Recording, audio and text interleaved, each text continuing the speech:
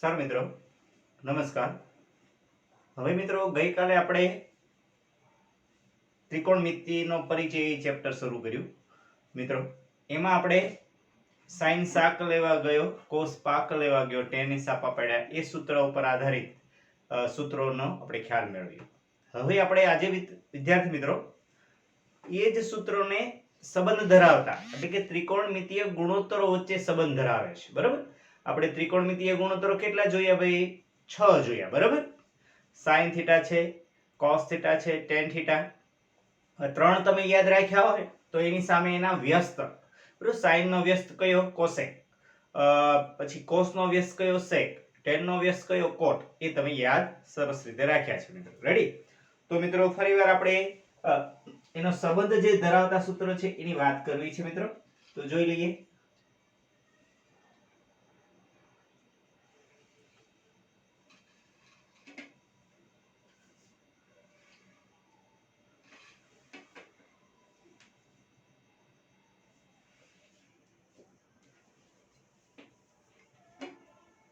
Sir મિત્રો અહીંયા ત્રિકોણ में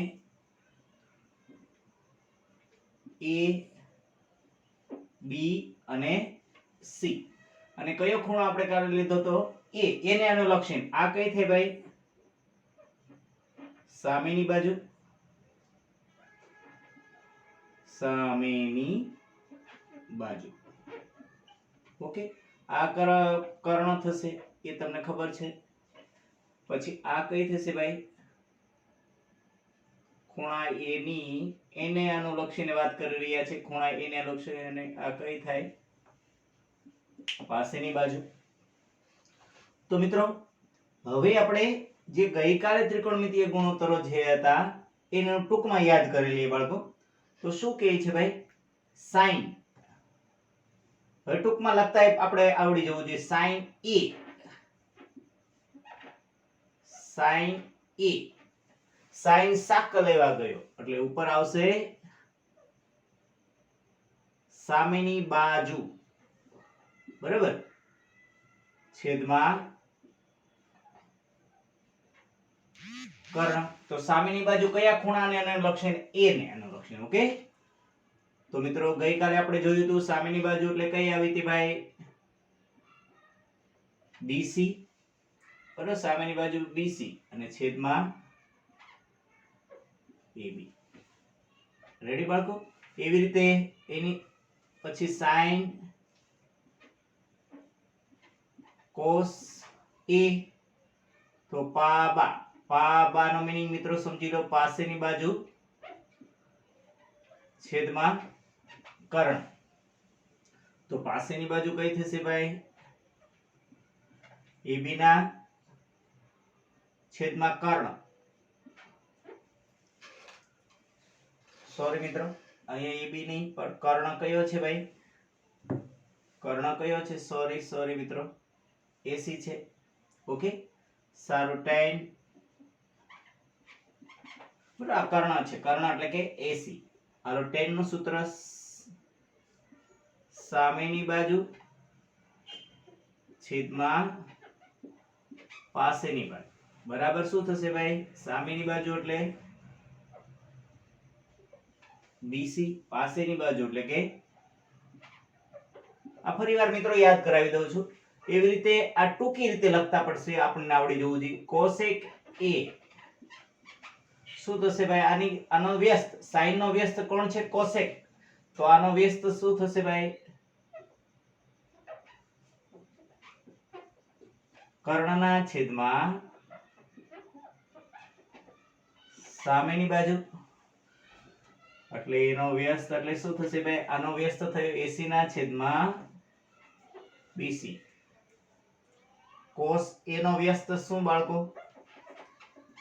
sec A.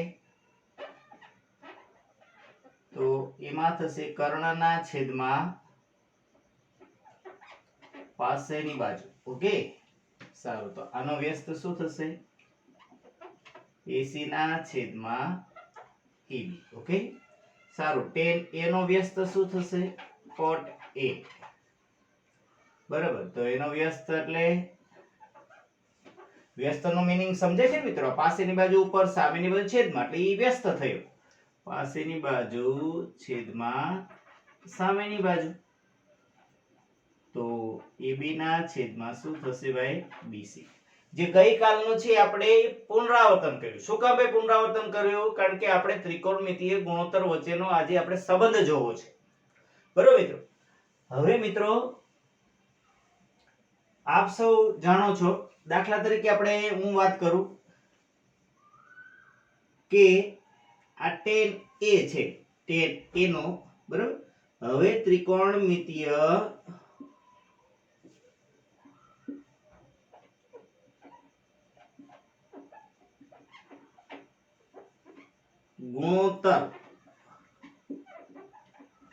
ગુણોત્તરો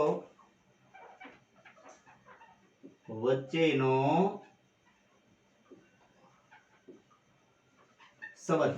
ઓકે, સારું. પહેલા આપણે એક જોઈએ, એક કામ કરીએ કે ભાઈ tan A છે, બરોબર? tan A બરાબર શું છે ભાઈ? BC ના છેદમાં AB છે મિત્રો. સમજો, tan A બરાબર BC ના છેદમાં AB છે. હવે મિત્રો ગણિતનો સિદ્ધાંત છે, અંશમાં જે કામ કરવું એ મારે છેદમાં કરવું પડે, બરાબર? એવી રીતે ડાબી બાજુ જે કામ કરવું એ જમણી બાજુ કરવું પડે. ઓકે, તો અહીંયા જોઈએ આપણે શું કરું છું, અંશમાં જે કામ કરું છેદમાં કરું છું કામ, એટલે શું થશે? BC ને ભાગ્યા હું AC કરું છું, તો AB ભાગ્યા પણ મારે શું કરવું પડે બાળકો? બરાબર, AB ભાગ્યા પણ શું કરવું પડે ભાઈ? AC કરવું પડે. સારું મિત્રો, તો શું થયું ભાઈ? BC ના છેદમાં AC કોનું સૂત્ર? જો મિત્રો, બરાબર, BC ના છેદમાં AC, યસ, કોનું સૂત્ર છે? sin. રેડી મિત્રો? આ કોનું સૂત્ર છે ભાઈ? sin A, BC ના છેદમાં AC. તો AB ના છેદમાં AC કોનું છે? cos નું. તો બાળકો અહીંયા જોઈ રહ્યા છો, આપણે કોનો સંબંધ, કોના વચ્ચેનો સંબંધ લઈ આવ્યા ભાઈ? tan અને sin A ના છેદમાં cos A, tan A, બરાબર? એનો સંબંધ આવી ગયો ને? ત્રિકોણમિતિય ગુણોત્તર વચ્ચેનો સંબંધ આવી ગયો, sin, cos અને tan નો. હવે બાળકો આપ સૌ જાણો છો, કોટ તો તમને આવડે ને? તેથી કોટ તો શું થાય? આનો વ્યસ્ત છે કોટ. કોટ આનો વ્યસ્ત છે, તો કોટ A શું થશે? આ tan A sin A ના છેદમાં cos A, તો કોટ A શું થાય ભાઈ? તેથી કોટ A બરાબર આનો વ્યસ્ત cos A ના છેદમાં sin A. રેડી મિત્રો? કોટ A બરાબર, તો આનો વ્યસ્ત છે, tan A અને cot A એકબીજાના શું છે? વ્યસ્ત. તો આનો પણ કોટ નો સંબંધ પણ cos અને sin સાથે આવી ગયો. તો મિત્રો રેડી? તો આ રીતે આપણે ત્રિકોણમિતિય ગુણોત્તરનો સંબંધ દર્શાવતા છે મિત્રો, શીખવાનું છે. ઓકે,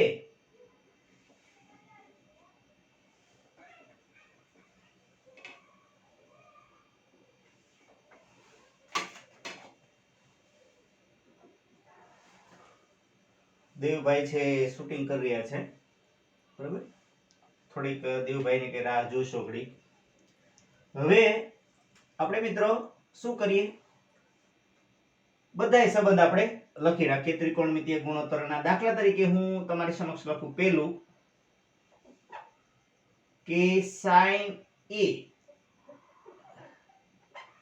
બરાબર, બરાબર? હવે યાદ રાખી લઈશું, આ બધે આપણે સંબંધ મેળવવા પ્રયત્ન કરીએ. sin A બરાબર 1/, cosec A, અને cosec A બરાબર 1/sin A. તમને એમ થાય કેમ આમ લખ્યું ભાઈ? તો આ બંને એકબીજાના શું છે? વ્યસ્ત છે. દાખલા તરીકે 5 છે, એનો વ્યસ્ત શું થાય? 1/5. ખબર છે ને? તો એ તો sin A બરાબર 1/cosec A, cosec A બરાબર 1/sin A. આ બે વ્યસ્ત છે, એનો ગુણાકાર જો શું આવે ભાઈ? ગુણાકાર 1 આવે. કોઈ પણ બે વ્યસ્ત સંખ્યાનો ગુણાકાર શું આવે? 1 આવે મિત્રો. રેડી બાળકો? સારું. sin a બરાબર 1 ના છેદમાં cosec a, cosec a બરાબર 1 ના છેદમાં sin a. પછી આ બંનેનો ગુણાકાર sin a into cosec a બરાબર 1. સારું, બીજું સૂત્ર જોઈએ પાછું. આમાં કુલ કેટલા સૂત્રો થયા? 1 2 અને 3. ઓકે, રેડી મિત્રો? આમાં 3 સૂત્ર થયા, 1 2 અને 3. એવી રીતે cos a બરાબર 1 ના છેદમાં sec a, sec a બરાબર 1 ના છેદમાં cos a. અને આ બંને વ્યસ્ત છે. બંને વ્યસ્ત સંખ્યાનો ગુણાકાર હમણાં આપણે જોયું 5 ગુણ્યા 1 ના છેદમાં 5. આ વ્યસ્ત સંખ્યાનો ગુણાકાર શું આવે? 1. તો cos a into sec a બરાબર 1. તો આમાં પણ કેટલા સૂત્ર આવ્યા? 1 2 અને 3. અને છેલ્લું સૂત્ર tan a બરાબર sin a ના છેદમાં cos a, જે આપણે મેળવ્યું, ખબર ને? મેળવ્યું ને બાળકો? એ. અને cot a બરાબર cos a ના છેદમાં sin a, જો મેળવ્યું ને? મેળવ્યું છે આપણે, બરાબર? બાકીના આપણે બરાબર સમજવા માટે આપણે પ્રયત્ન કરવાનો કઈ રીતે આવ્યું. ઓકે, સારું. તે એવી રીતે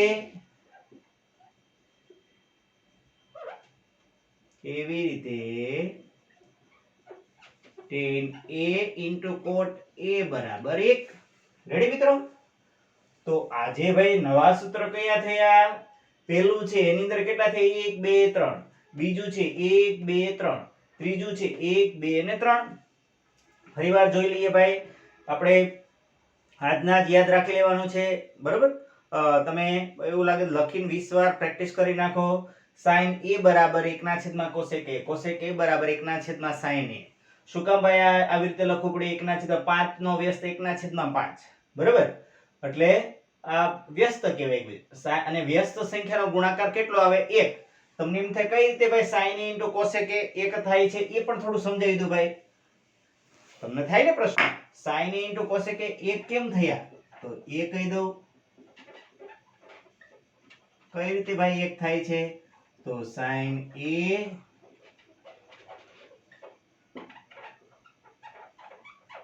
cosec એટલે cosec નું સૂત્ર શું આવ્યું? 1 ના છેદમાં આ બે ગયા એટલે 1. એવી રીતે અહીંયા cos a અને sec નું સૂત્ર શું આવ્યું? cos a બરાબર 1 ના છેદમાં sec, sec a બરાબર 1 ના છેદમાં cos a, tan a બરાબર sin ના છેદમાં cos a, cot a બરાબર cos ના છેદમાં sin a, અને tan a into cot a બરાબર 1. એટલે આ ત્રણ સૂત્ર, એ 3 3 દુ 6 3 9 સૂત્ર આમાં યાદ રાખવાના થાય. ગઈકાલે આપણે કેટલા 9 સૂત્ર હતા, આજે 9 સૂત્ર. તો મિત્રો આ રીતે તમે સિમ્પલ સમજૂતી સાથે આ સૂત્ર આપણે યાદ રાખવાના. ત્રિકોણમિતીય ગુણોત્તરો વચ્ચેનો સંબંધ ધરાવતા સૂત્ર, બરોબર? આવા કેટલા થયા? 9 ત્રિકોણમિતીય ગુણોત્તરોનો સંબંધ ધરાવતા. સરસ મિત્રો, તો પ્રેક્ટિસ કરશો અને યાદ રાખશો. થેન્ક યુ બાળકો.